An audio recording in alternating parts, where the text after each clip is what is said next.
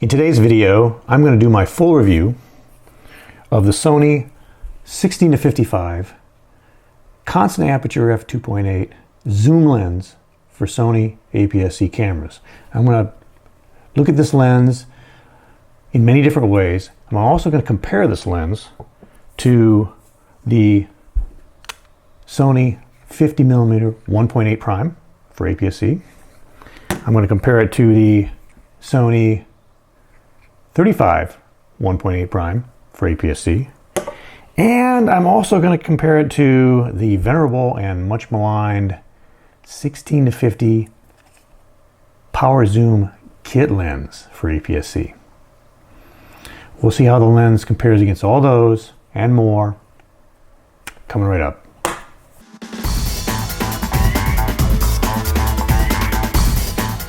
All right, let's get into the review of this lens. First, some really quick specs. A lot of this you can get off of the Sony website, but be careful because it's not all correct. It's interesting, but what I have right now is 16-55 zoom, which is a 24 to 82.5 35mm equivalent, because this is APS-C crop. It's the Sony G lens designation right there, G lens. So that's super cool. I guess that's what they mean by G. Anyway, so it's constant aperture 2.8. Like I said, the G lens, you know, they have special high performance construction. For instance, 2 advanced aspherical and 2 aspherical elements, 3 ED extra low dispersion elements in here. So very expensive, which is why the lens is very expensive. It has a Sony Nano AR coating, 9-blade circular aperture. It's light. It's light and small, in my opinion. Very light and very small. So it is 494 grams, a little over a pound, 17.5 ounces. Pretty light. It's small. This is where the Sony website is a little. Apparently somebody at Sony doesn't know how to convert to inches, because that comes out to 3.9. I measured it and I did the conversion. So the millimeters is correct, but it's 3.9 inches long by 2.9 inches wide if you at the widest point. Sony website, they're just wrong. So XD linear focus motor, which makes it very fast, very smooth, very responsive, and very quiet. Front element is fluorine coated, makes it more resistant to moisture and dust, and the entire lens is supposed to be dust and moisture resistant. It has that nice gasket there on the back that helps it enable it to be moisture and dust resistant. Interesting thing that other people haven't talked about here is this AFMF switch here. Unlike other lenses, like for instance this 18-135, you can see that AFMF switch kind of sticks up. I don't know if you can see it or not, but it sticks above the area, and so it's easier to get your finger on and touch when you're not looking, right? Whereas this one, it's not really above. You can see that it's really. It's some people would say it's harder to get to. Other people would say, well, it's easy not to hit accidentally, I guess, depending on who you talk to, right? But you really have to kind of feel for it. So that is a difference between this lens and maybe other lenses. So here we are, 16mm f2.8, 800 of a second, ISO 100. Let's just take a look real quick. It's not zoomed in good enough. Moving it in like to here, 3:1. That's pretty good. That's nice and sharp in the center. Corners, looks pretty sharp. Other corner, not quite as sharp as center, but pretty good. This corner, again, pretty good. That one looks like the best corner. Yeah, top corners look a little bit better than the bottom corners. Okay, so this is 2.8. Now I've got 2.8, I've got 4, I've got 5, 6, 8, and 11. So I'm not going to go through all these this way, because I think the best way to look at these is comparatively. So here we look at 2, 8, and we'll look at 4 side by side and see how things look. So here I've got on the left hand side, I've got 2, 8, ISO 100, 4, ISO 100, same lens. Okay, let's punch into the center. And interestingly enough, 2.8 looks a little higher contrast than 4. It looks a little sharper, which is weird. But unless you guys are thinking, hey, you know, I didn't, other than that, you can see the focus lenses properly. I did this several times actually.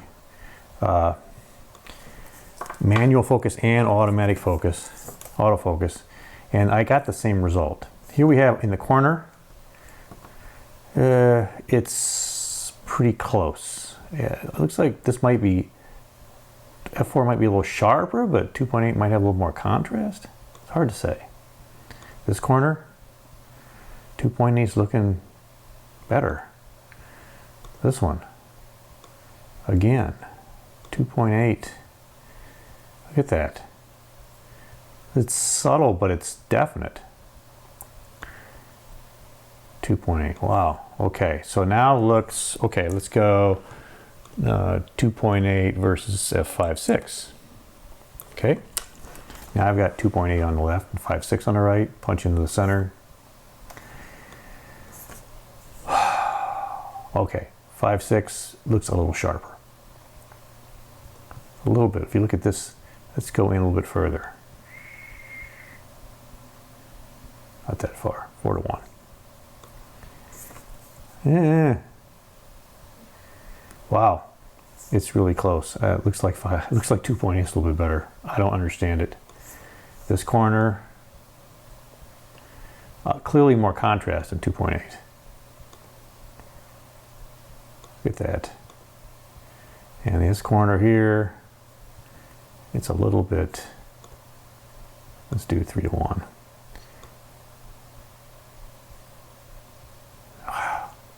Wow. 2.8, wide open, this lens is very sharp, and it stays sharp, I think is the best way to put it. It just stays sharp. There's the center. Gorgeous. All right, let's look at f8. Let's look at f2.8 and f8.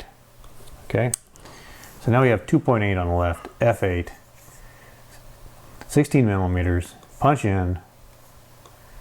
Okay, virtually indistinguishable to me in the center. Corner. Looks the same to me. Lower corner. Virtually indistinguishable. Just gorgeous. Just freaking gorgeous. Wide open f8. I don't see a big difference between 2.8 and f8. This one's at ISO 125. Other than that, I mean, if they were on a tripod, I used remote release, the app, the Sony app, so nothing was touching it. Wow, incredible, incredible. Just for giggles, we can go to 2.8 and 11. Again, this is f11 now. I don't think you're going to see any differences. I'm not going to go through everything, but you know, f11 actually doesn't look quite as good, right? And then 2.8 and f16.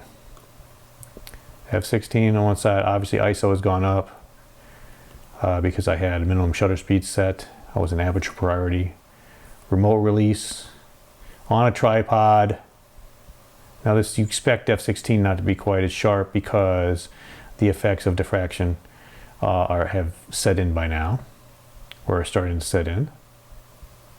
So yeah, again, 2.8 is just kicking ass at f/16. So that's that. Okay, here we are. 24 millimeters. ISO 100 f/2.8. 24 millimeters, zoomed in a little bit. Still on the same tripod, still doing remote release. Nothing's different. I'm going to go through this a little faster, but punch right in, looks pretty good at 24 millimeters. The edges look good. Not quite as sharp as the center looks, I think. Right? So the best thing to do here, like with the other ones, is to do a comparison. So now we'll do both 24 millimeters, but f4 on the left, on the right, and f2.8 on the left. Punch in. Again, same story. It looks pretty good on both sides. In the corner, I think here f4 looks a little sharper, but not much. There, f4 is sharper. So at 24 millimeters, it looks a little better on f4. It's a little different than we saw with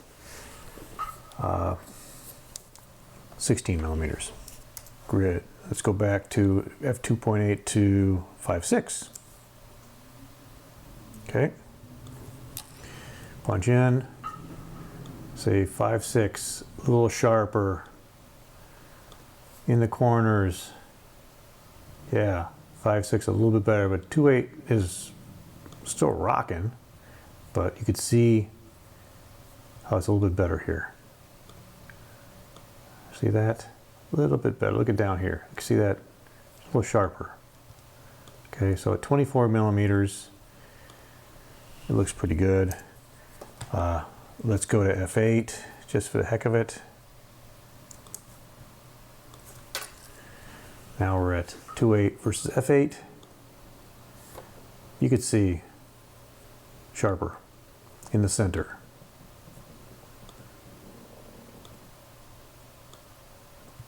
Right corner, upper right corner, clearly very sharp, tack sharp here.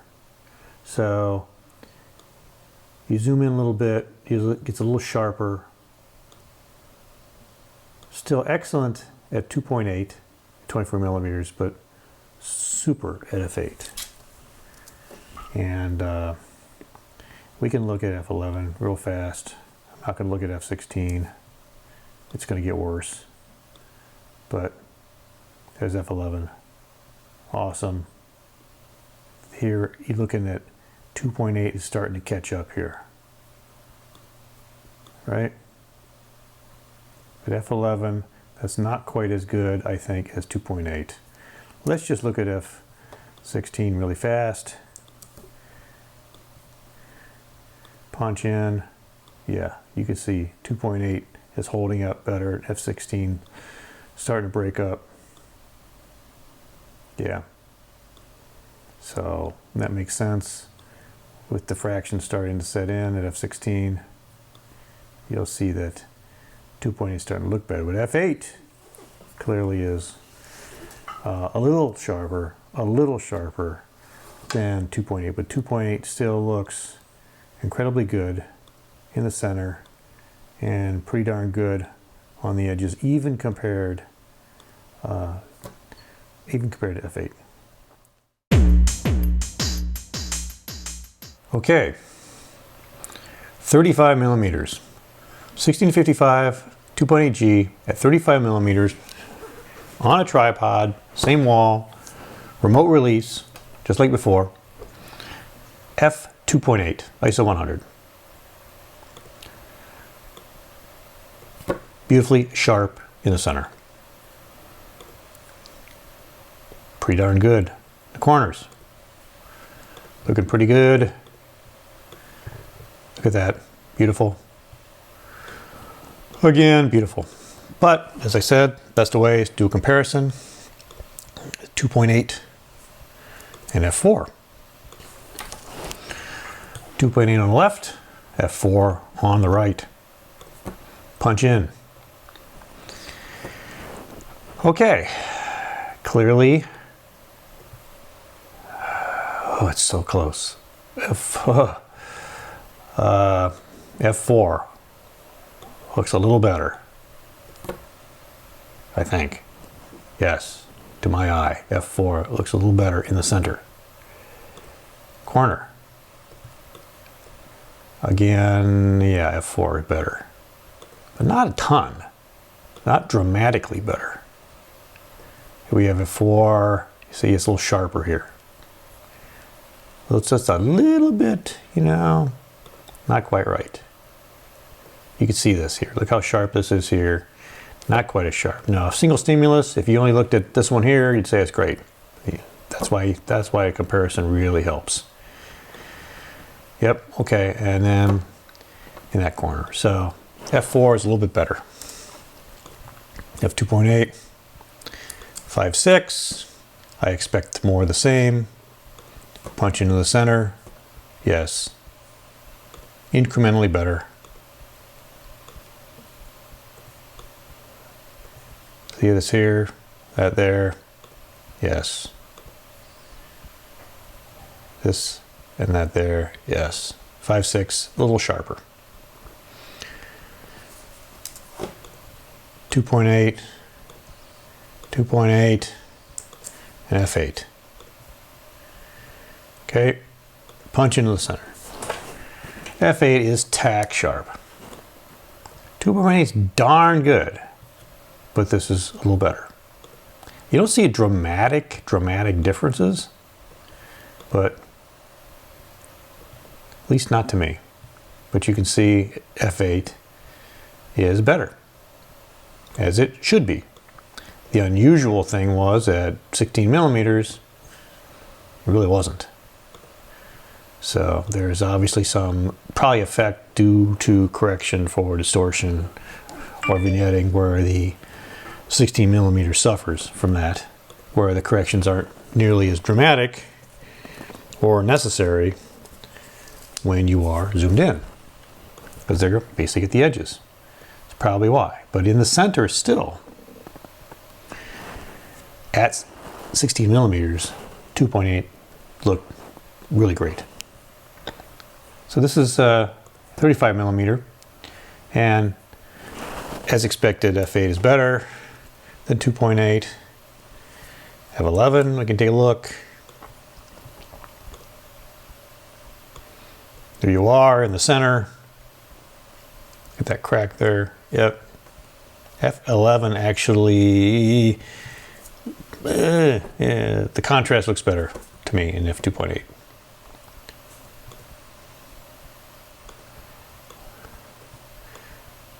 Yeah, at the edge, same thing on F11. So it's starting to go. It's still very, very good. It's so good. It's just, you know, harder to tell. Yeah, but still, contrast at 2.8 seems better than at F11. So, and just for giggles, here is F16 on the right, F2.8 on the left. Punch in. It's ISO 500 here, so you might be seeing some noise effects there because of the light. Got stopped down, and I had the shutter speed limited to 1/25 of a second. You know, so it might not be a super fair comparison here. You can see a lot of noise, but clearly not nearly as good as f2.8. And that'll be that one. 55 millimeters. Sony 16 to 55, 2.8G on my 6400, f2.8, ISO 100, same tripod, same wall, same remote release, same thing. Let's take a look. In the center, it looks really good. You can see here, just beautiful, nice and sharp. Edges, that looks nice. Up here, beautiful. Over here, looking really nice. You can't really tell how good a lens is until you compare it to something else or itself at a different aperture. But this still looks very, very good at 2.8. So let's compare it to f4. f4 on the right, 2.8 on the left, everything else the same. Punch in. To me, f4 looks slightly more contrasty, but it's very, very close in the center. But in the corner, f4 seems to be winning to me. This corner here, yeah, f4 wins a bit. Over here, yep, yeah, f4 is sharper, as it should be. And up in this corner, we see the same story. Okay. All right, let's try 2.8 versus f5.6. In the center, same story. 5.6 gets a little sharper, but not a lot in the center, not a lot. Go over to the edge and you see where 5.6 picks up some more sharpness. This one you can't really tell much, but you know, looking here, looking there, you can see it. Over here, this one, you see this area very clearly. It's sharper. And up here you can see it's pretty darn sharp. So 5.6 wins, as it should. Now we compare 2.8 to f8. f8 should be like the peak sharpness. Should be. Not always, but should be. And you see f8 looks a tad better in the middle, but not, it's really hard to tell in the center. Go over to the side though. Let me see. Yeah, f8 clearly looks better there. This corner is hard because you need something to reference. This area, here's where I look, right there. f8 sharper. This corner here, you can see f8 is better. And up in this corner again, yeah, f8 dominates. Not to say 2.8 isn't wonderfully sharp, it's just f8 is that much sharper. And so we can go down to, next would be f11, real quick. In the center, about the same story. The edge, lower right, same deal. I'm not going to do upper right. Lower left. You can see f11 is better. Not quite as contrasty as f8, but pretty close. And 2.8 versus f16. I don't think this is a really good comparison, mainly because I had to stop it down so much. The ISO went up, auto ISO was on, but I had the minimum shutter speed of 6400 set to 1/25th of a second. Shouldn't have done that because it was on a tripod, so I think I'm gonna get some noise here, and it is a little noisy, so it's not really a fair comparison at all, but you can still see f16 looks very nice, although albeit noisier than 2.8 because of the settings. And that's pretty much that. So as far as CA or chromatic aberration goes, I'm going to show a couple pictures. I'm not going to be deliberate much, but from what I can tell, there's very little obvious chromatic aberration with this lens. Here we are, this scene, 2.8 ISO 100 at 16 millimeter. Try to find something like these power lines here, and you can see, if you look, in my opinion, zoom in a little bit more, you can see some color fringing on these lines right here. Little red, blue fringing. Get really in there, you're just like, okay, pixel peep like crazy. You can see some, but not dramatic. You don't see anything up here, maybe a little bit there, just not a lot.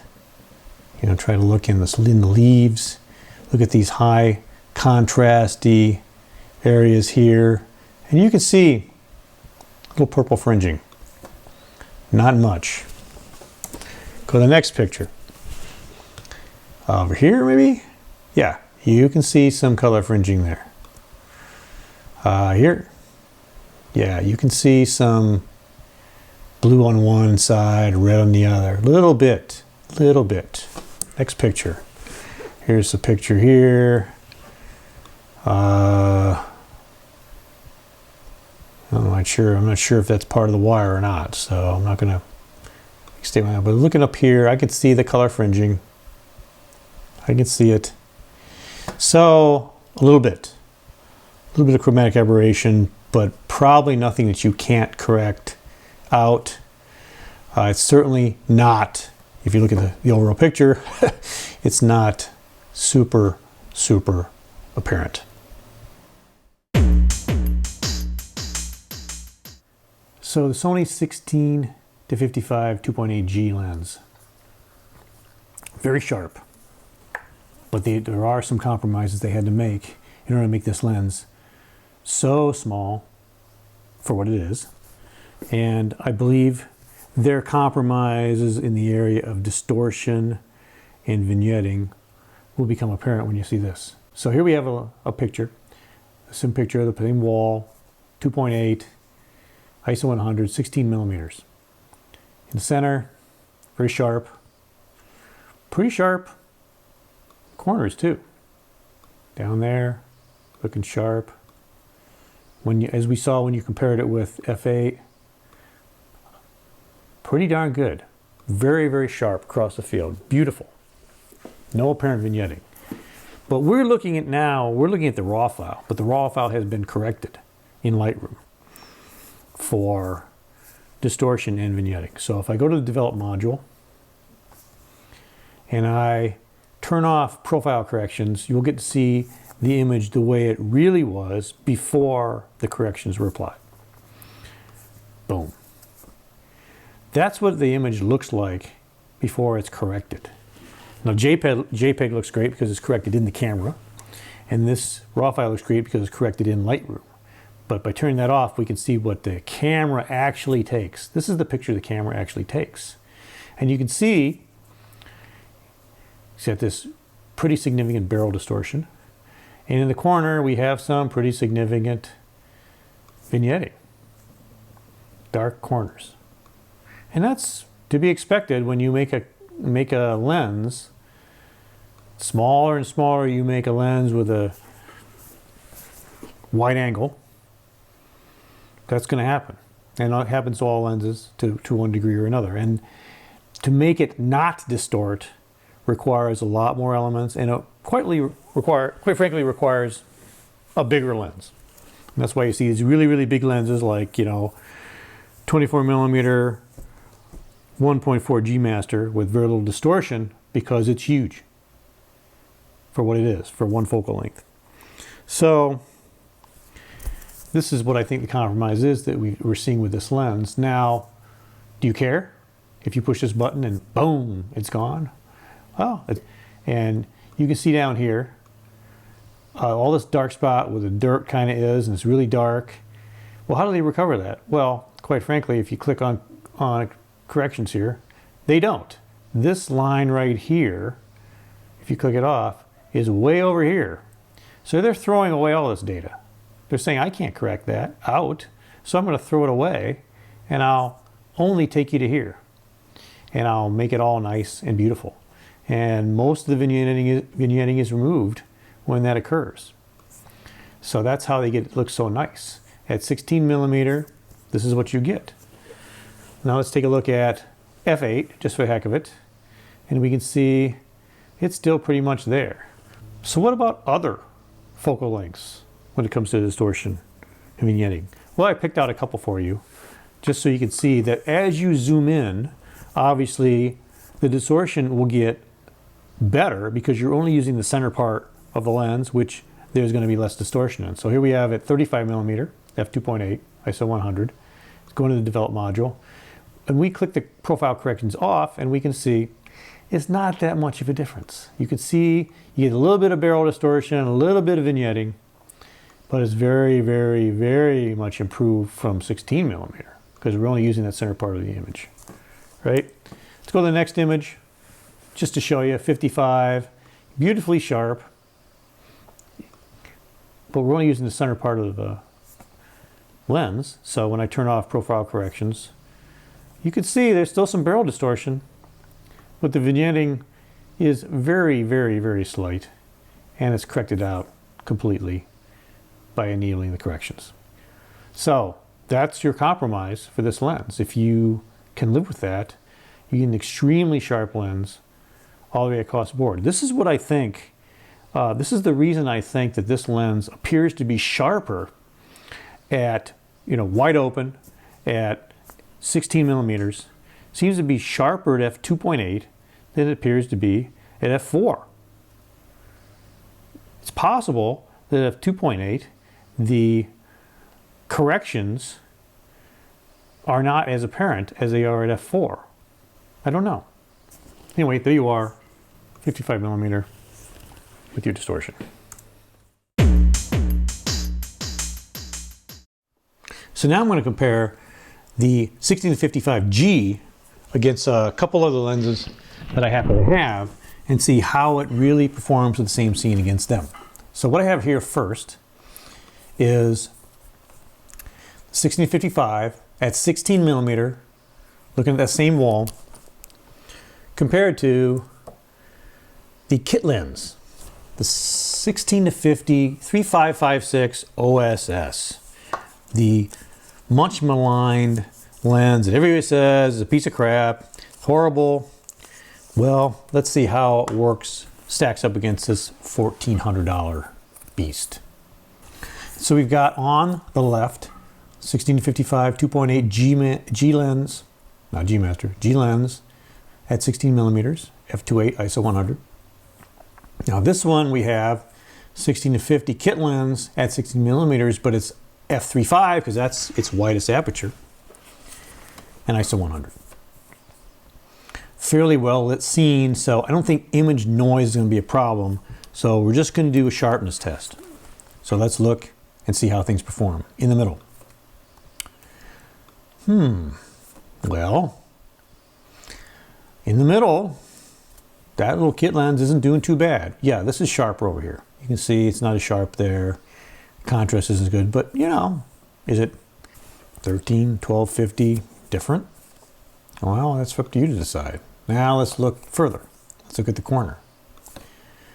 Okay, well, the corner is not nearly as good. Corner up here. Yeah, not as good, not as good. Now look at here. Okay, kind of what we expected. The corners get much worse. And this is wide open. Wide open. So what if we, stop it down a bit? Let's go back and see what we got here. Let's try these two. So now we have both lenses at f8. 16-55G on the left and the kit lens on the right. f8, ISO 100. Let's take a look in the center. Well,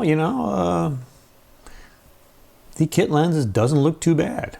I mean, clearly the 16-55 is better, right? And in the Corners, it's tightened up a bit. The kit lens tightened up a bit. So at f8, it's going to be hard to beat the 16-55 at f8 because it's just really, really good. But so you can see it's not good, not good. You know, the purist would look and say, oh, it's a piece of crap, it's a horrible lens. But you know, it's a $150 lens. So there you are for that one. Make whatever comparison conclusions you'd like on that. So let's take a look at something else. So now we have the 16-55 at 2.8 at 35 millimeters, which I'm going to now compare it against the 35 millimeter 1.8 OSS APS-C lens from Sony, which I also happen to have. This was at 2.8 here, so it can match the 2.8 of the 16-55, but I also have it at 1.8. Okay, and then we're also going to look at both of them at f8. So let's get started. So 2.8 comparison looks like this. 16-55 on the left, 35-1.8 OSS on the right. Pop in 2.8. You know what?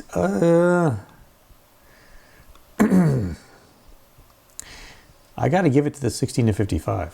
Its contrast isn't quite as good in the center, and it's not quite as sharp. So get the edge. Oh yeah. Oh yeah. Not nearly as good. I went over here. Whoa. Not as good. This corner. Nope. Over there. No way. And back to the center. Yeah, so the 35 millimeter 1.8 OSS prime lens, very fast, at 2.8 compared to this lens at 2.8 is not as good. Let's now look at 1.8. I'm going to compare the 2.8 to the 1.8. 2.8 on the left, 1.8 prime on the right. Punch in, well, as you might expect, at 1.8, it's even softer. And I thought this was a pretty sharp lens, so I'm kind of surprised. But corners, no. Over here, no. There, over here, no way. Okay, so at 1.8, it's not that great. So now we have 16-55, f8 on the left, 35-1.8 OSS at f8 on the right. Okay, at f8, they're much closer. This is still a little softer, but f8, they get closer. They get a lot closer. Yes. Making me feel a little bit better about that 35-1.8. But, you know, it's f8, right? Okay, here it is. See, that might look a little bit more contrasty there on the right side, right? At f8. Let's go over here. Maybe the 35-1.8 is a little... It's darker anyway. It's hard to say. It looks a little... I don't know. That's very close. That's very close. Right? Look at that. So at f8, it's pretty much a wash. This seems like it's a little darker, though I'm not sure why. And just to refresh your memory, let's do the 35-1.8 versus the kit lens. The 35-1.8 is now over here, and the kit lens is over there. You know, at f8, again, the kit lens doesn't look too bad, right? In the center. Even at the corner, not too bad. So at f8, you know, we're doing okay. F8. It's still better than the kit lens, but again, $150 lens over here, $400 lens over there, $1,400 lens in the other one. So there's your 35mm comparison. Now let's look at 50mm. 16 to 55 on the left, 50mm 1.8 OSS, set to 2.8 on the right. Both of them are at 2.8 ISO 100. Punch in.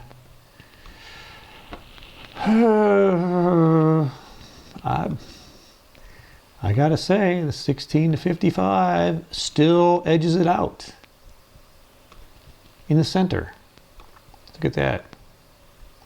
Yeah, it's a little bit flatter than this. Let's get a little bit more contrast. Let's look over here. In the corner. Remember, they're both at 2.8 here. Yes. Yeah, that's really bad there. Okay, over here. Over here, to be honest, this doesn't look quite as good as that one, I think. It's close, but I think the 50 might be better right there. It's a little off-axis differences. Can't see anything here. That's better on this right there. So at 2.8, in general, I think the 1655 wins. Let's compare it with the 50mm at 1.8. So 2.8, 1655 on the left, 1.8, 50mm. Now you'd expect the 50mm be not as good at 1.8, and you'd be correct.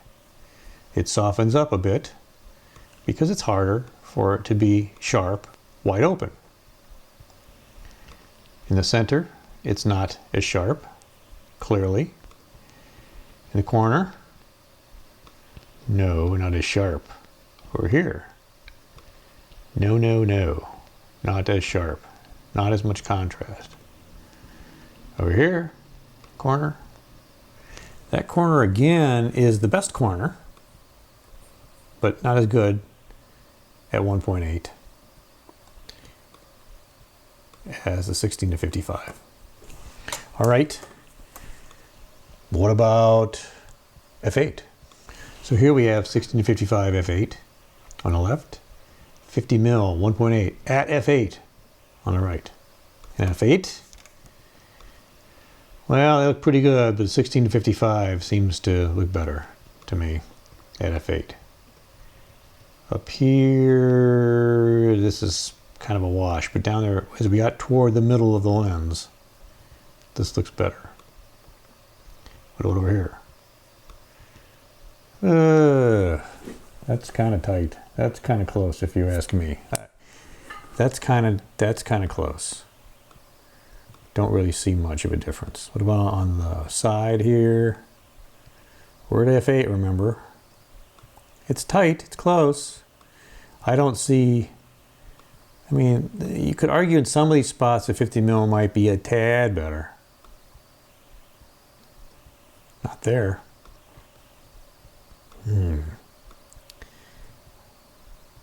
I don't think so. So, at f8, still pretty much a wash. Now we've got the 50mm 1.8 on the left and the kit lens on the right. Just to show you, at f8, that kit lens does hold its own. It's not as good. I mean, especially in the corner. It's not as good, but in a pinch, I think it would be fine. 50mm, it's fine at 50mm. It struggles at when it's wide open, but certainly at 50mm zoomed out, it's not too bad. And that's how things look compared to other lenses at 50mm.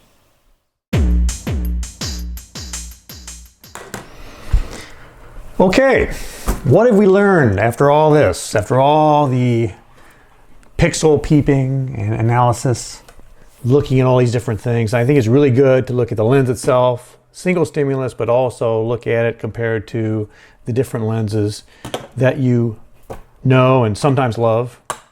And what have we learned about that? I've learned quite a lot. It was a very illuminating analysis. Got a couple notes here. So, first thing, the lens is really sharp, even wide open. I mean, this is a very, very sharp lens, very impressively sharp all across the range. It's sharper, believe it or not. You saw it before. It's sharper than my 35mm 1.8 prime. Just sharper all the time. So why would you use this? Well, it is 1.8 still, so it does have some value, but perhaps not as much if you have that lens. If you have this lens, perhaps the other lenses are becoming less valuable, right? So it's sharper than 35. It's mostly sharper than my 50. And this 50, and this copy of this lens, this 50mm 1.8 from Sony. So it's mostly sharper. There's some places where it's a little wash, but when you open this thing up to 1.8, it's clearly sharper than that lens. So, but it is a 1.8 lens, so you have the advantage of it being faster in certain circumstances. So it's not valueless. It's just not as valuable than if you don't have this lens. Its optimum sharpness is at f8, like most lenses, like you'd expect. But it is very sharp across the entire range, from wide open to about to f11. It's very, very sharp, and it's consistently sharp across that range. It's sharp across the zoom range. At 16mm, very sharp. There is distortion vignetting. We'll talk about that in a bit, but it's very sharp. And all the way to 55, it's very, very sharp, and it maintains that performance. The other thing we've learned is that the kit lens, in terms of sharpness anyway, it doesn't really compete well with any of these lenses. You wouldn't really expect it to. But, at f8, the kit lens, this little thing here, my opinion is for what it is and for how much it costs. This is $150. $150, okay, guys? $1,400. $150, $1,400. Much smaller, much lighter.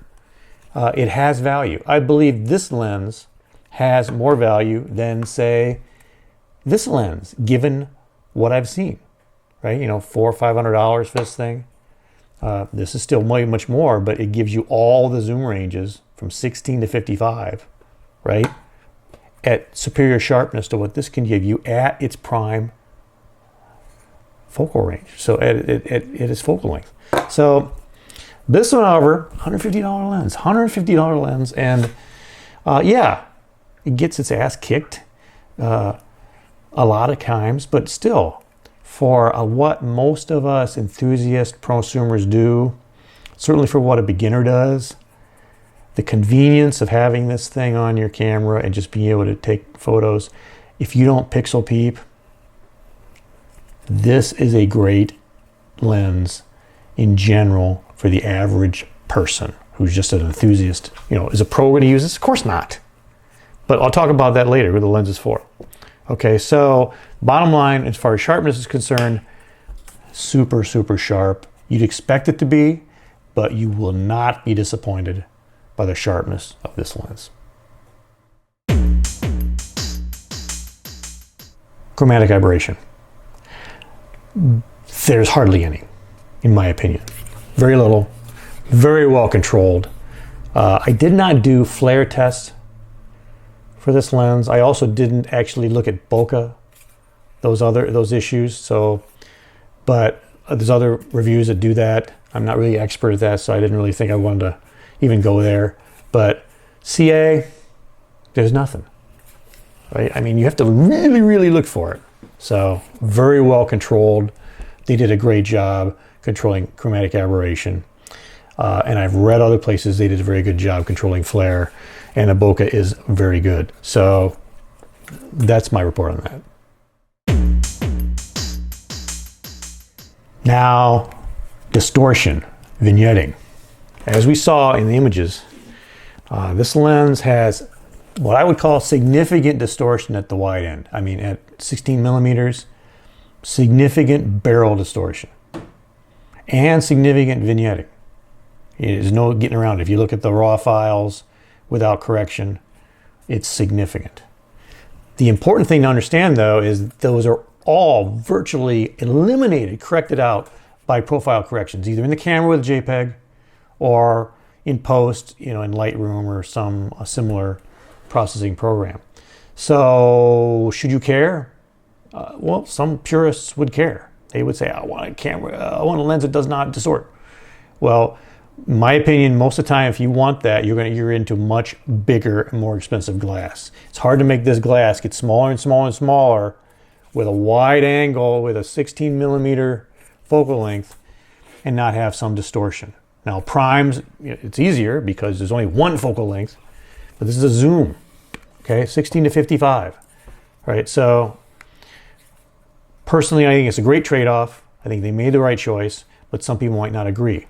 Also, when you zoom out, when you're like at 35, 45, 55, there's a little bit of pincushion distortion, right? It goes the other way, a little bit of pincushion distortion, very little vignetting.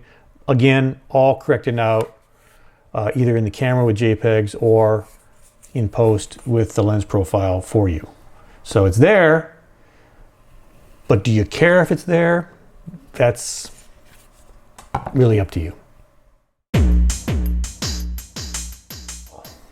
Who is this lens for? Great question. Who is this lens for? I have my opinions, and here they are. I believe this lens is not for pros. I know a lot of people are gonna have problems with that because it's such an expensive lens, but it's not. If you're a pro, unless you are if you shoot APS-C exclusively, if you're one of those, niche pros that, I don't know, you travel pro or something. I don't know. If you are, let me know. I'd be very interested in hearing your opinion. But in my opinion, if you're a pro, you've got full frame. You not only have full frame, you have a whole stable of full frame lenses. You might have an APS-C, you might have an APS-C camera as your backup, as your B cam or something like that. In which case, you might use this lens, but I just don't see it. I don't see pros spending the money to get an excellent quality, super high quality lens for their B camera. I just don't see it. I don't think they need to, because they're going to have all these these full frame lenses that will go on this camera as well. So no, I do not see pros getting this lens. So who's this lens for? Well, it's also not for beginners. A beginner, the advantages of this lens are going to be completely lost on a beginner. Why do that? It's bigger. It's got all these buttons and stuff on it. Beginners are just learning. My advice to a beginner, get the kit lens. Get this lens. It's not that bad. It's compact. The odds of you taking the camera out with this lens on it is a lot higher than the odds of you taking the camera out with this lens on it when you're learning. When you really can't appreciate, why does this hand lens have to be so much bigger than this one? Why not use it? This has got power zoom. This is manual. Just if you're a beginner, get this lens and maybe get one prime.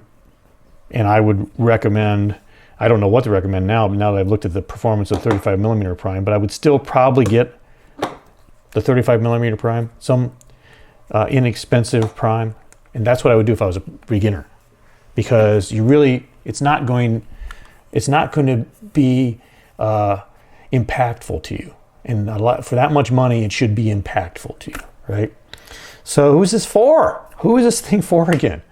I believe this is what you would call an enthusiast lens, or a prosumer, if they want to use that term.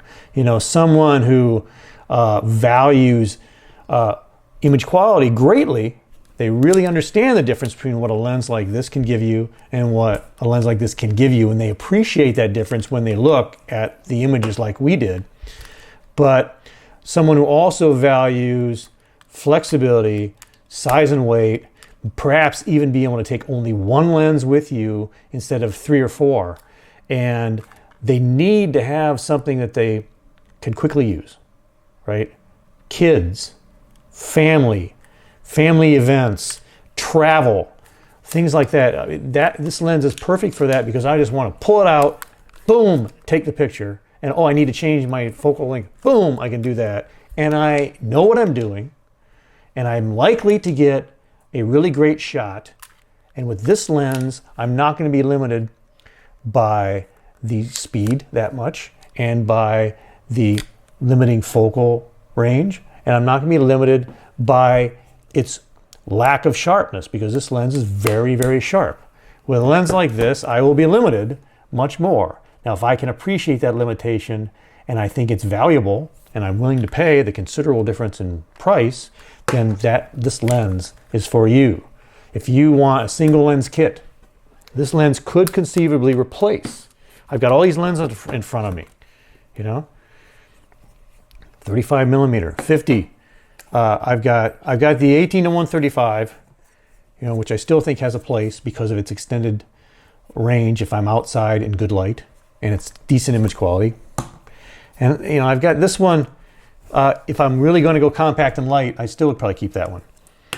But I'm kind of weird.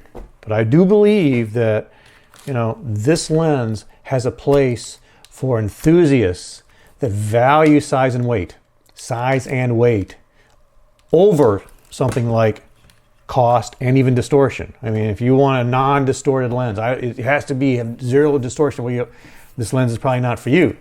I don't think you can get a lens that is a zoom lens like this that has better distortion characteristics. Certainly not for the APS-C native world, but in Sony. But I think that this lens has a place for people who don't want to or can't do the lens changing thing because of what they're doing, environmental issues or just speed of flexibility. That's what this lens is for. So I think there's a place, but it's not for everyone.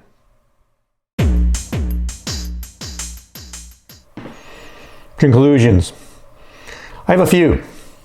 Don't know if you agree with them or not, but my conclusions after doing some serious testing with this lens and comparing it to the other lenses I have is that beginners should stick with the kit lens, in my opinion. It's good enough, actually quite good in some cases, certainly when you're somewhere on f8, and it'll give you fine results until you figure out why you might want something like this. Unless you're a APS-C pro, my second conclusion, unless you're an APS-C pro or rich, pros don't need this lens either, because they have full frame lenses for their full frame kit. And if you are going full frame and you've got a kit of lenses, you don't really value size and weight as much as someone who would get this lens exclusively and only shoot with this lens. I mean, you value the APS-C, you value the full frame look more than you value size and weight and portability. You've self-selected yourself into that group by purchasing full frame cameras and lenses. So I don't believe this lens is for you either.